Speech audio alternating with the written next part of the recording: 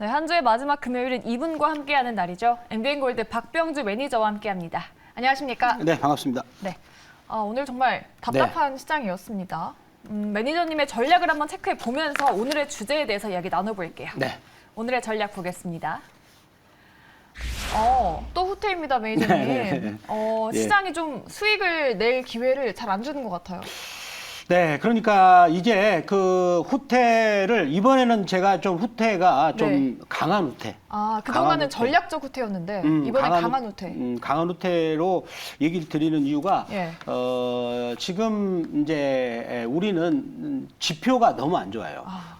지표라는 게 이제 거시적인 항목에서 특히 그 환율 시장은 매우 안 좋습니다. 일본의 엔화가 이번에 150엔을 돌파했거든요. 네. 그게 32년 만에 엔화의 최고의 약세라고도 평가를 하고 있고요. 또 그 다음에 또 한 가지는 또 이제 중국의 위에나가 역시 이번에 이제 굉장히 중요한 라인이 그 7.25 라인을 어제 돌파했습니다. 돌파하고 이번에 또다시 오늘 또 그 라인을 돌파하고 있는데 7.25 그 가격은 중국 정부에서 개입을 해가지고 절대 거기를 돌파하지 못하도록 눌렀던 가격이에요. 근데 그 자리를 돌파를 했다는 것이고 그 돌파했던 가장 주요한 원인은 이제 11월 3일 날 그 미국 연준이 이제 기준금리를 인상을 하는데 0.75는 거의 기정사실이고요. 1%까지 이제 울트라 스텝이라고 하는 거죠. 네. 그렇게 명명을 짓고 있는데 그런 부분이 되고 또 12월 15일 날도 0.75가 될 것 같고요. 제가 이제 그 미국 그 이제 국채 10년물을 장기적으로 한 100년 정도 그 흐름을 봤어요. 그런데 100년 정도 흐름을 보면 미국 국채는 40년 사이클이 있어요. 네. 그러니까 1937년부터 해가지고 1981년까지 미국 국채가 계속 금리가 올라가고 그리고 1981년 그 미국 국채 10년물이 15.38%인가 거기서부터 해가지고 네. 작년에 0.038%까지 빠졌거든요. 내려왔네요. 그러니까 계속 국채 금리가 그 강세를 보인 거죠. 그러니까 금리가 낮아진 거죠. 네. 그러면 금리가 낮아졌다는 것은 이 40년 동안 낮아졌다는 것은 그만큼 기업들은 영업을 할 때에 고정비가 많이 떨어지는 거잖아요. 네. 그 덕분에 이제 부동산 가격도 오르고 주식도 많이 올랐는데 이제 이번에는 그 국채 금리의 40년의 하락 사이클이 마감을 지고 만약에 다시 한번 반대로 40년 사이클을 올라가게 된다면 이번 국채 금리의 상승을 그냥 여기서 그냥 예전 우리가 40년 동안 했었던 학습된 관성으로 해서 적당한 선선에서 금리가 올라오고 말겠지라고 하는 그런 그 이렇게 좀 우리가 아니란 생각은 정말 조심해야 된다라는 생각을 해볼 수 있겠고 일단은 지금 지표상에서는 거시적인 변수가 너무나 안 좋아요. 즉 매크로 변수로 하는 거죠. 그런 매크로 변수가 안 좋을 때는 우리가 지금 이 시간에 제가 지난번에 KB스타 200 선물 인버스라고요. 예. 즉 시장이 하락했을 때 수익이 나는 그런 고버스형 이런 종목들도 생각해 볼 수 있는 관점이다라고 또 말씀을 드리도록 하겠습니다. 네, 알겠습니다. 아무래도 또 환율의 대가이시기 때문에 네. 환율을 보시면서 더 후퇴 의견을 좀 주셨던 것 같아요. 네. 이 국제 환율 시장이 정말 하루하루 요동을 칩니다. 네. 앞서서 말씀해 주셨던 엔 환율도 지금 150엔을 돌파를 했다고 합니다. 네. 32년 만에 최저치라고 하는데 네. 엔화가 그러면 왜 유독 다른 통화에 비해서 더 약세를 보일까요? 그 엔화가 약세를 보이는 것은 네. 지금 이제 이런 원리가 되겠죠. 그 일본 국채 같은 경우는 수익률이 마이너스 0.25에서 0.25로 갖춰놨어요. 예. 그런데 세계에서 가장 안전하다고 하는 채권은 미국 국채잖아요. 그쵸. 근데 미국 국채가 작년에 0.38%에서 저점을 형성하고 지금 1년 한 5개월 정도 지났더니 지금은 오늘 보니까 4.26%까지 올랐거든요. 그러니까 미국 국채가 0%대는 일본 국채하고 수익률이 별로 차이가 안 나서 사람들이 이제 일본 사람들 특히 이제 일본 사람들이 이제 돈을 많이 벌어놨잖아요. 세계적인 이제 채권 국가인데 그 사람들이 일본 국채를 꽉 쥐고 있었어요. 근데 국제 수익률이 적더라도 들고 있었는데 미국 세계에서 가장 최고로 안전하다고 하는 미국 국채 수익률이 이제는 미국 국채를 사면 연간 4.2% 그거를 10년 동안 들고 있으면 4.26%를 주겠다라고 지금 하는 거잖아요. 그러면은 일본 사람들 입장에서는 굳이요 일본 국채를 들고 있을 필요가 없는 거죠. 그러다 보니까 일본 국채를 팔고 미국 국채로 올라가는 현상이 나와서 저는 그러지 않을까라고 생각해 보고요.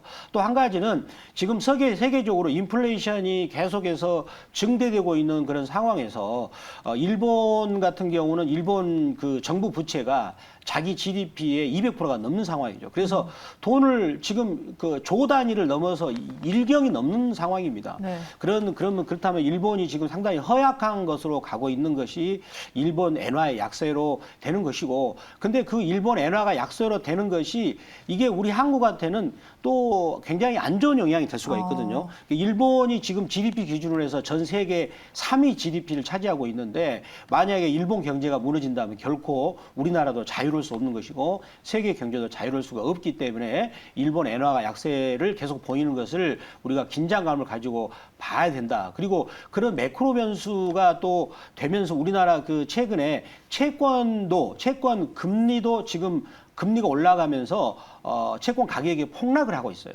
그렇게 되면 자금 시장이 경색이 될 수가 있습니다. 그래서 이럴 때는 우리가 종목을 선택할 때도 테마라는 성보다도 재무 구조를 보고, 그리고 또 현재 우리가 인버스형 종목이 있단 말이죠. 이런 종목을 하려고 하게 된다면 하락하는 가운데에서 내가 손실을 해지를 할 수 있고 오히려 이익을 볼 수 있는 그런 방법도 있다라는 것도 말씀을 드리도록 하겠습니다. 엔화 약세가 미국채 10년물의 급등 때문이고 네. 결국 이거는 원화에도 그리고 중국의 위안화에도 압박을 주는 요인이기 때문에 그렇죠. 좀 아무래도 아시아 증시 전반적으로 그리고 우리 증시에도 네. 좀 부담 요인으로 작용을 하지 않을까요? 네. 근데 이게 연결고리가 또 중국의 위엔화까지 연결이 돼요. 근데 중국 위엔화가 원래 중국에서 방어하는 선이 달러당 7위엔이었는데 뚫었죠. 그 자리를 돌파했죠. 그리고 또 한 달 전에는 7.26위안을 돌파하니까 중국 정부에서 막대한 돈을 거의 400조가 넘는 돈을 투입해가지고 일단은 위안화가 약세를 보이는 걸 막았거든요. 근데 왜 거기서 막아야 되냐면 지금 그 중국 부동산은 굉장히 심각하다 그럽니다. 네.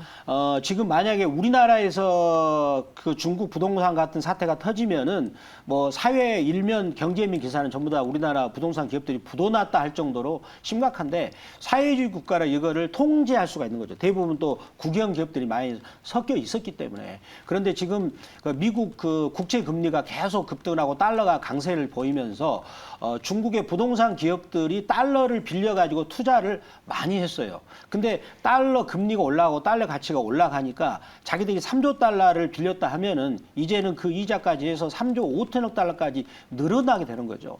근데 더군다나 중국 부동산 같은 경우는 침체로 가고 있기 때문에 중국의 최고의 약점이 부동산인데 그런 부분들의 약점을 이제는 그 감춰야 되니까. 그래서 근데 만약에 중국 부동산이 만약에 무너지게 된다. 그러면 중국에 수출하는 우리나라 그 기업들도 상당히 위축이 될 수 있기 때문에 우리들이 이제 그런 부분을 경계를 해야 된다라고 말씀을 드리겠습니다. 네. 알겠습니다. 우리 매니저님이 항상 열심히 또 공부를 하고 나오셔가지고 시청자분들에게도 좀 그 마음이 전달이 네. 되나 봅니다. 우리 댓글창에서 시은님께서도 역시 전문가님이 시장이 흐름을 객관적으로 잘 잡아주셔서 투자에 도움된다라고 하십니다. 네. 예. 그래서 저도 이제 저 같은 경우는 우리가 현재는 그 시장을 판단할 때 지표를 볼 필요가 있어요. 지표. 그러니까 우리가 국제 뉴스나 이런 뉴스 같은 경우는 보통 사건이 터지고 나서 그 사건을 해석하는 거잖아요. 그때 이미 늦거든요. 네. 그래서 우리가 보는 것이 환율을 보는 것이고 이제 채권 상황을 보는 거죠. 그것만 제대로 해석하고 그 방향을 따라서 예를 들어 시장이 빠지면 또 수익이 나는 방법이 있거든요. 네. 그쪽으로 추구하면 되고 혹은 내가 또 주식을 조금 일부를 걷어들여서 요즘에 이제 채권 금리가 높으니까 또 채권을 사두면 그것도 좋은 투자 방식이 될 수 있다는 것입니다. 네, 알겠습니다. 저희가 리뷰도 객관적으로 정확하게 여러분께 도움되게 해드리겠습니다. 한국정보통신 첫 번째 종목으로 들어볼게요. 지금 3주도 안 돼서 무려 46.9% 수익을 내주고 있습니다. 네. 이러한 시장에서도요. 네. 이 종목 보유자분들은 어떻게 해볼까요, 매니저님? 네, 지금 이제 한국정보통신을 제가 10월 7일 날이죠. 10월 7일이면은 지금 이 부분인데 10월 7일이면은 제가 여기서 들고 왔었는데 그때 당시에 제가 기술적 분석으로 이렇게 했을 거예요. 이 종목이 여기 요 라인에서는 그때 그 한국정보통신이 애플페이에 들어가는 솔루션을 공급을 할 것이다. 그런데 거기서는 연기만 났어요. 이제 애플, 그러니까 현대카드가 애플페이를 독점해가지고 애플페이 서비스를 올해 연말 안에 그 서비스 한다라고 했는데 애플은 비밀주의를 추구하니까 현대카드는 아니다라고 부정을 했죠. 근데 연기가 났습니다. 연기가 났다는 걸 어디서 알 수 있었냐면 여기서 거래량이 터졌잖아요. 그때 당시에 사상 최고치 거래량이 터졌거든요. 그러면 상한가를 동원하면서까지 거래량을 터뜨렸다는 것은 그 재료가 있기 때문에 주가를 추가적으로 끌어올리는 의지가 있는 거죠. 그래서 요 종목을 또 그때 당시에 또다시 또 이제 제가 또 8월 달에 들고 와가지고 수익을 냈었고, 그리고 나서 이제 구체적으로 여기서 주가가 올라가면서 이제는 현대카드 홈페이지에서 등장했습니다. 애플페이를 11월 30일 정도에 출시를 한다라는 해석이 나왔었고, 그리고 나서 주가가 이제 하락을 했는데, 그러면 그게 이제 그 재료가 구체적으로 드러난 시점이 11월 말이잖아요. 그러면 그런 시점을 노리고 저희가 11월 7일 날 화살표 가리키는 지점에서 공략을 했는데, 이제는 파동이 5개 파동을 그렸거든요. 5개 파동을 그렸기 때문에 지금부터는 이제 한국정보통신에 대해서는 욕심을 부리지 말고 이제는 이 시즌을 천천히 해 나가는 것이 좋다라고 말씀을 드리도록 하겠습니다. 네, 한국정보통신 46% 넘는 수익 내신 분들 축하드리겠습니다. 저희 그리고 다음으로 고려 아연도 좀 짧게 해드릴게요. 지금 네. 수익권이긴 한데 어닝 쇼크에 대한 이야기가 나오면서 좀 목표 주가를 낮춰 잡는 증권사들이 좀 나타나고 있습니다. 네. 어떻게 해야 될까요? 지금 이제 고려 아연 같은 경우도 지금 이제 그 매크로 변수를 무시할 수 없어요. 매크로 변수라는 게 뭐냐면 지금 환율하고 채권, 그거는 그 국제 경제의 큰 거시적 변수거든요. 그런 부분들이 지금 상황이 악화되고 있기 때문에, 그러면 고려 아연 같은 경우도 주가를 이렇게 크게 펼쳐놓고 보면 계속 신고가를 냈던 부분이 있습니다. 그렇다면 지금 현재 우리 종합지수에 비해서 상당히 이격도가 높기 때문에, 이격도가 높죠. 이격도라는 것은 우리 종합지수로 보면은, 우리 종합지수는 고려 아연으로 보면 한 40만 원대 밑에 아래에 있거든요. 그러면 고려 아연은 그보다 위에 있기 때문에 그런 이격도를 맞추기 위해서 하락 압력도 있어요. 따라서 조심스럽게 대응할 필요 있다라고 말씀을 드리도록 하겠습니다. 네. 지금은 종목 선택하기가 좀 어려운 시장입니다. 그래도 한국정보통신처럼 좀 큰 수익을 내줄 수 있는 종목을 빠르게 캐치하는 게 중요하겠죠. 다음 주에 어떤 종목 눈여겨볼까요? 첫 번째 대장의 픽 바로 공개합니다. 경동도시가스입니다. 이번 달부터 도시가스 인상 요금입니다. 요금 인상입니다. 네. 모멘텀으로 작용할 거다라는 그런 포인트일까요? 네, 경동 도시가스를 제가 이제 들고 왔던 그 포인트가 방금 우리 앵커님께서 말씀하신 도시가스 값을 당연히 인상하면 이 회사는 이 도시가스 관련해서 매출액을 99.99% 거의 100% 하는 거죠. 이제 나머지 0.01%는 이제 영역하는 그런 부분이 있겠는데, 그러면 이 회사는 도시가스를 어떤 식으로 공급하는가? 울산 산업단지에 산업용 도시가스로 자기 매출액의 75% 이상을 공급을 하고 있고요. 그다음에 나머지는 이제 가정용 도시가스를 경상남도 양산시거나 울산 구역에 공급하는 그런 역할을 합니다. 그렇다면 이제 도시가스 값이 인상 부분이 반영이 된다면 실적은 좋아질 것으로 생각이 되고요. 그래서 실적이 보면은 작년에 같은 경우는 매출액이 1조 4천억 정도가 나왔었어요. 그리고 영업이익이 작년에는 268억이 나왔고, 근데 올해 같은 경우는 상반기까지만 해가지고 매출액이 1조 1천억. 그러니까 그러면 올해는 전체적으로 곱하기 2 하니까 2조가 넘잖아요. 그리고 지금 그 영업이익도 올해 상반기 6월 달까지만 하더라도 289억이 나왔거든요. 그러면 그다음 곱하기 2를 하게 된다. 그럼 더군다나 도시가스 인상분까지 감안한다. 그러면 올해는 그 전체적으로 영업이익이 600억까지도 충분히 나올 수가 있다. 그런데 이 회사 시가총액이 지금 1,440억대예요. 1,440억대가 제가 이해가 안 됩니다. 매출액이 지금 올해는 2조 고령 나오고 영업이익이 600억 정도가 전망이 된다면 자기 시가총액은 충분히 5천억 이상은 나와야 되는데 그 부분이 가장 매력적이라고 또 볼 수 있겠고요. 그리고 이제 이 회사와 관계 회사인 경동에서 2차 전지 티타늄과 관련된 조광권을 획득했다. 그런 부분이 있어서 주가가 어제도 그렇고 오늘도 좀 날렵하게 움직이는 구석이 있었습니다. 그래서 이 종목을 제가 이제 그래프를 보면서 또 구체적인 전략을 또 말씀을 드리도록 할게요. 네. 자, 오늘 이제 어제가 거래량이 터졌어요. 평소에 거래량이 14,000주밖에 안 터져가지고 사람들이 이거 거래 14,000주면은요 되게... 사는 거래량과 파는 거래량 절반씩 나누면 사는 사람이 7,000주밖에 안 된다는 네. 거거든요.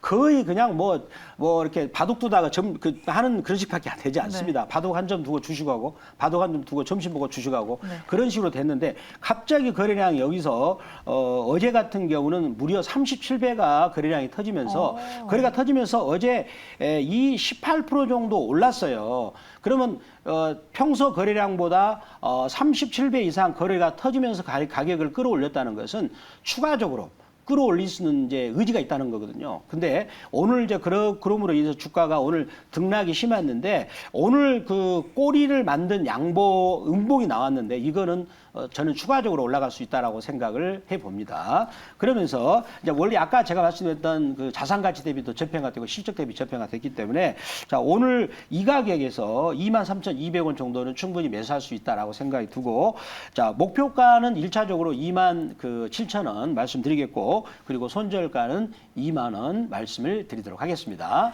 네, 실적 대비 상당히 저평가되어 있는 경동도시가스가 저희 첫 번째 공략주였습니다. 항상 두 번째 공략주도 공개해 주시죠. 바로 또 열어보도록 하겠습니다. 네, 다음 공략주는 데이터솔루션입니다. 네. 이 카카오 중단 사태로 인해서 좀 큰 변동폭을 보였던 대표적인 종목이죠. 네. 오늘 조금 조정받긴 했는데 지금 봐도 된다라는 뜻이겠죠.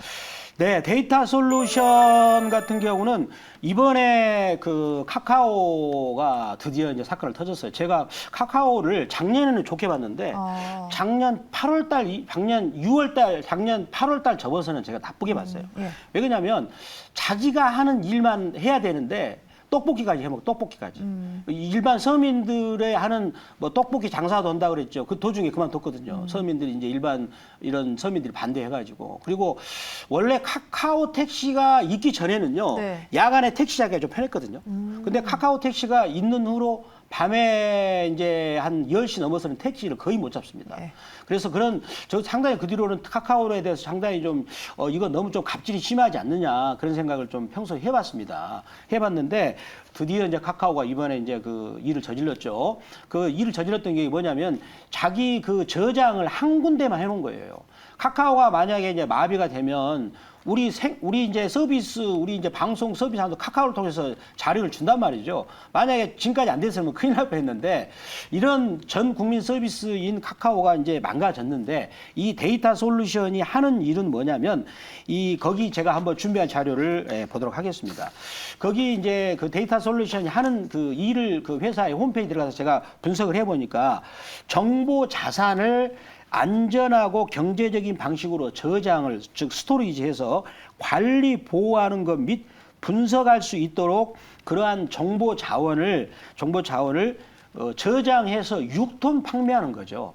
바로 이 카카오 사태와 같은 일이 벌어질 것을 예견을 해가지고 즉 카카오가 이번에 백업을 다른 데도 해놨더라면 그런 문제가 터졌을 때 백업된 정보를 가지고 바로 복구를 할 수 있었는데 즉 이 회사 데이터 솔루션이 그런 일을 한다는 겁니다. 근데 거기 관련된 매출액이 이 회사 전체 매출액의 64% 이상이 되는 것이 되겠습니다. 그래서 이 회사 명칭대로 카카오 사태에 있어서 그런 수혜주가 되겠다라는 것을 이제 말씀드릴 수가 있겠고, 그리고 이 회사는 지금 제가 요즘에 가장 중요시하게 보는 게 뭐냐면 요즘에 매크로 변수인 환율이 지금 굉장히 불안정으로 움직이고 있거든요. 그리고 예. 채권 금리가 폭등을 하면서 자금이 지금 경색이 되고 있어요. 이게 무슨 얘기냐면 내가 급했을 때 은행한테 돈을 빌릴 수 없는 지경으로 심각하게 되고 있죠. 이랬을 때 우리가 기업을 선택함에 있어서 그 회사가 과연 영업이 영속적으로 지속적으로 될 수 있는 영업인가, 불황기가 왔을 때도 그 영업이 지속적으로 될 수 있는가, 그리고 매출이익이 발생하는가를 저는 꼼꼼히 따져봅니다. 그런데 이 회사의 그 재무구조를 보니까 그래도 연간 매출액이 1,000억은 나옵니다. 그리고 작년에 비해서 올해 영업이익이 2배 정도 계속 나오는 추세이기 때문에 불황기에서도 충분히 견딜 수 있는 그런 기업이다라고 말씀을 드리도록 하겠습니다. 예. 데이터 솔루션 가격 전략도 세워볼까요, 매니저? 자, 이 종목을 제가 가격 전략을 그래프를 보면서 설명을 좀 드릴게요. 그래프를 보시면요. 자, 이 종목을 보면은 이 종목도 평소 거래량이 58,000주예요. 58,000주. 즉, 그 하루 가격이 4,000원대인데 58,000주면 이겁니다. 내가 바둑안 좀 두다가 주식하고, 왜 그냥 거래가 1,000주씩 되니까 점심 먹고 주식하고, 그 정도로 관심이 없었던 주식이 갑자기 여기서 10월 19일 날 1,900만 주가 터지면서 평소 거래량보다 300배가 터집니다. 그러면 이거는 왜 이렇게 관심을 집중하면서 주가가 급등해서 나올까? 바로 카카오 관련 수혜주가 되겠죠. 그런데 오늘 이제 그때 거래량이 1,994만 주였는데 오늘 거래량을 보면은요, 112만 주예요. 그 전, 이 3일 전 거래량보다 무려 지금 17배 이상의 거래량이 바짝 줄어든 거죠. 이것은 무슨 얘기냐면 여기서 매물 수화를 다 끝냈다 그 말이죠. 따라서 추가적으로 저는 오를 수 있다라고 생각하고요. 그런 관점에서 이 종목을 현재 그 5,770원은 매수가 가능하다라고 말씀을 드리겠고, 자, 만약에 매수 가격이 체결됐다 그러면 1차 목표가는 7,050원, 그리고 손절가는 5,000원 말씀을 드리도록 하겠습니다. 네. 데이터 솔루션과 경동 도시가스 앞으로 우리의 포트를 좀 지켜줄 수 있는 종목으로 거듭날 수 있기를 바라보겠습니다.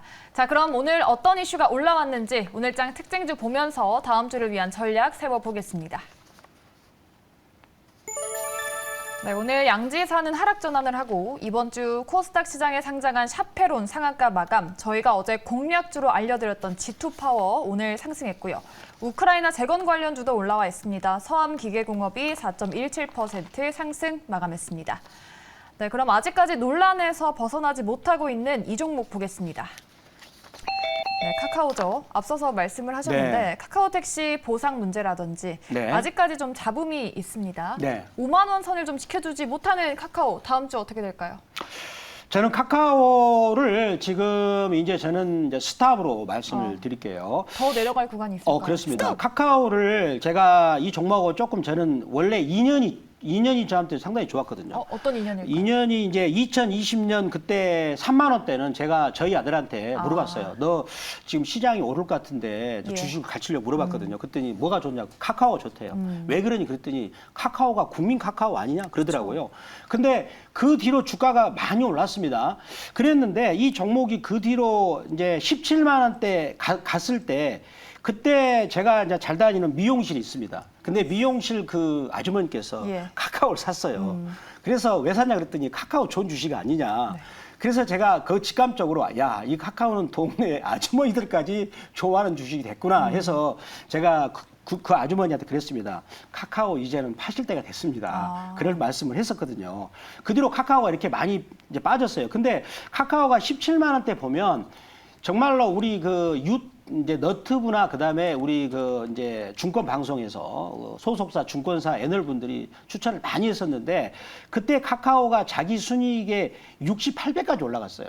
그래서 저는 그때 이제 매도를 견해를 해서 그 뒤로는 또 저하고 또 좋은 또 인연이 아니 됐습니다. 근데 지금까지도 이제 계속 주가가 빠지면서 저는 별로 좋게 보고 있지 않는데 왜 그러냐면 지금 카카오는 지금 이제 그 자기들의 문제점을 해결하기 위해서 여러 가지 보상 문제나 그런 부분들이 지금 산술적으로 과연 개선할 수 있을까요? 저는 그런 부분을 놓고 본다면 저는 추가적으로 이제 카카오가 이제 하락 압력이 강하다라고 말씀드리면서 카카오에 대해서는 스탑으로 말씀을 드리도록 하겠습니다. 그렇죠. 카카오는 매니저님이 이번 달 한 초부터 스탑 네. 의견을 주셨었죠. 꾸준하게 아직까지는 스탑으로 알려드려봤습니다. 의견 잘 참고하셔서 지켜보시기 바라겠고요.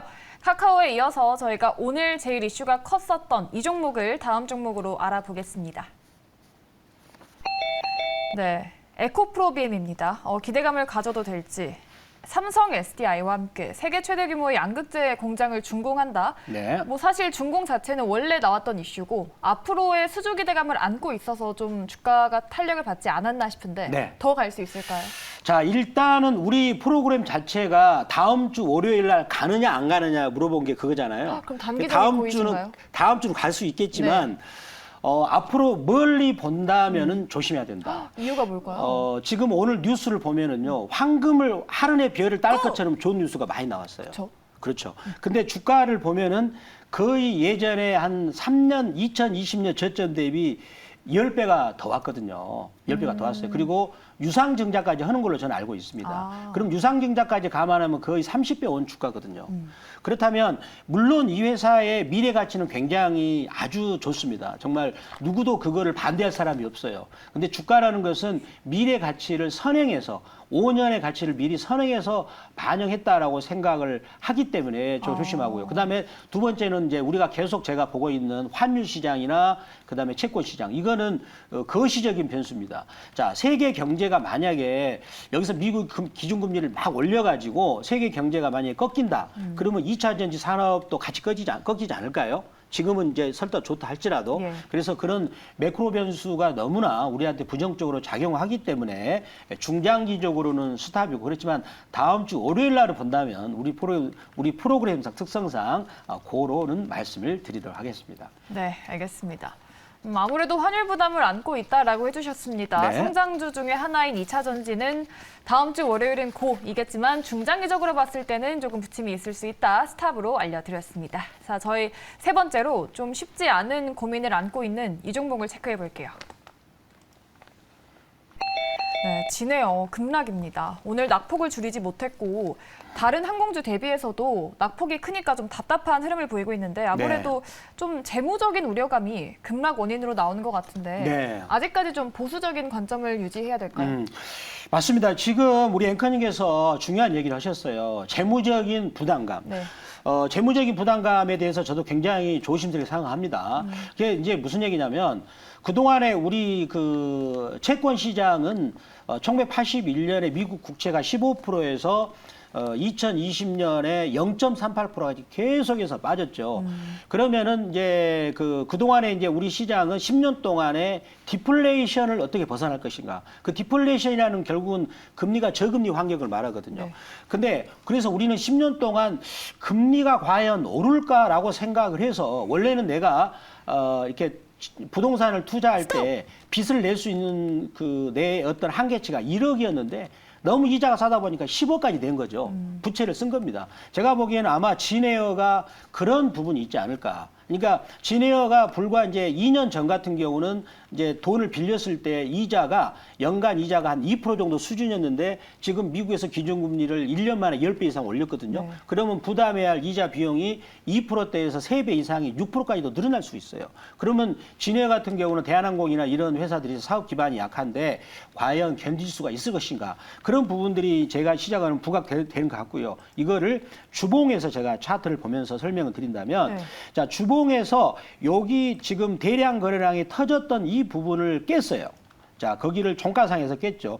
그러면은 여기서 누군가는 세력이 털었는데 그 지점을 깼다는 건 여기서 다시 한번 속임수로 들어 올린 다음에 자기들이 다 털고 나왔기 때문에 저점을 깼다라고 봅니다. 그리고 주가가 밑으로 더 한 발자국 떨어지면은 이동평균선이 그 파란색 20주 그리고 60주, 120주가 완전히 역변이 되게 됩니다. 그렇다면 이런 차트는 이 회사가 심각한 재무적인 불안정성에 노출됐다는 것을 말해줄 수가 있기 때문에 이런 것들은 극히 조심해야 된다라는 것을 말씀을 드리겠습니다.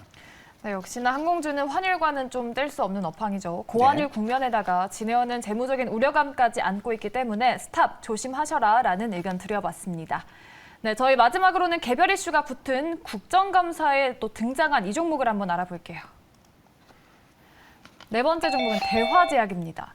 네. 지금 제약바이오 이 약가가 네. 낮게 설정이 되어 있나 봐요. 이 낮은 약가가 바이오 산업을 육성하는 데 걸림돌이 된다라는 지적이 네. 국회에서 나왔습니다. 네. 오늘의 이슈가 대화제약의 주가의 모멘텀으로 작용을 할 수 있을까요?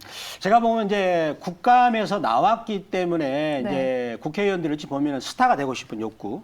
저는 그런가요? 예. 그런 느낌이 와요. 왜 그러냐면 지금 보면은 이제 일단 대화제약은 제가 고려할게요. 예. 고려하지만은 전반적으로 지금 우리 제약바이오가 침체입니다. 그리고 제약바이오 가려면은 셀트리온 삼형제 아시잖아요. 네. 셀트리온 헬스케어, 셀트리온 제약. 이 삼형제가 가야 됩니다.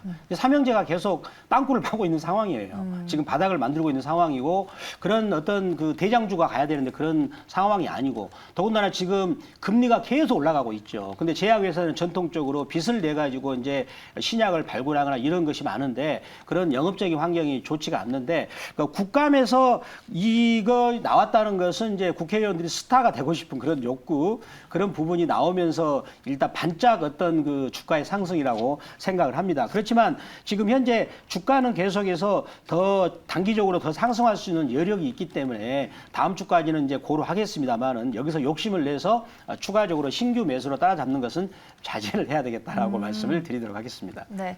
제약바이오 또 전체적으로 조심해야 되고 네. 대화제약은 개별 이슈도 있지만 그래도 추경 매수는 유의하셔라라는 말씀으로 드려봤습니다. 다음 주 의견은 고로 마무리하도록 할게요. 자, 이렇게 오늘도 전략 꾸려 나가봤습니다. 우리 매니저님이 열심히 공부하시는 내용을 또 밴드에서 더 많이 풀어주신다고 네. 들었어요. 네. 예. 제가 지금 박병주 매니저가 그 네이버죠. 거기 네이버에 들어가면 MBN 골드 박병주 밴드라고 검색하시면 나오게 되는데 거기다 좋은 정보를 드리고 있고요. 그리고 제가 그 박병주 주식 투어라는 너티브를 통해서 이제 환율 시장 그리고 채권 시장 그리고 그 우리나라 증시의 그 2,400일선 차트라고요. 그거는 어느 누구도 볼 수 없는 그 저만의 차트입니다. 그것만 보시면 흐름이 40년 역사가 보이게 되죠. 거기다 상세히 제가 투자 전략을 올려드리도록 하겠습니다. 네, 우리 매니저님의 밴드에서 시장 전략 꼭 찾아보시기 바라겠습니다. 지금까지 대장 박병주 함께 하셨고요. MBN 골드 박병주 매니저 수고해 주셨습니다. 말씀 고맙습니다.